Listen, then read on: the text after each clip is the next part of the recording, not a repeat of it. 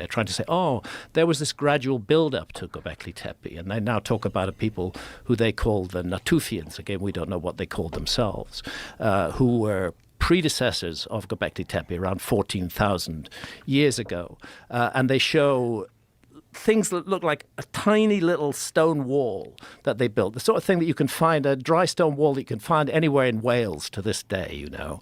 And this is supposed to be a prequel to Gobekli Tepe. I'm sorry, you just don't start off making dry stone walls and then wake up one morning and create 20-ton megaliths in huge stone circles, perfectly astronomically aligned, as we have at Gobekli Tepe. Not only that, but how? Like, what did they do? How are you even, where are you getting those 20-ton megaliths from? How far do they have to transport In it? the case of Gobekli Tepe, not far. How far?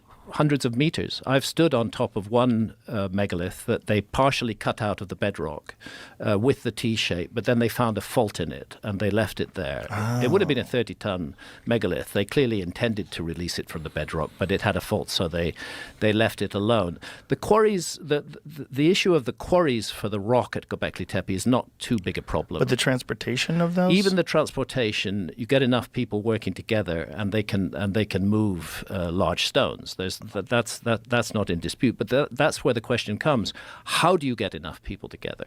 How do you have the organizational skills? Where do you have the mindset that plans something like this at the beginning?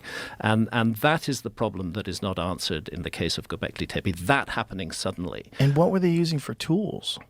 They're supposed to have just been using stone. There's not supposed to have been any metals at that period. Not even brass. Not even brass. Not even copper. I have a complicated view on Gobekli Tepe. Let's say it's my hypothesis. It's not a fact. I don't claim this is a fact.